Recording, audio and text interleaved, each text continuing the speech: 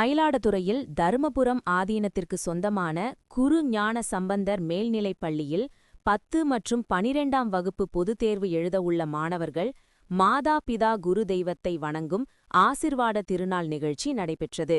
இதில் கலந்து கொண்ட தர்மபுரம் ஆதீனம் 27வது குருமகா சந்நிதானம் ஸ்ரீலஸ்ரீ மாசிலாமணி தேசிக ஞானசம்பந்த பரமாச்சாரிய சுவாமிகள் பங்கேற்றார்.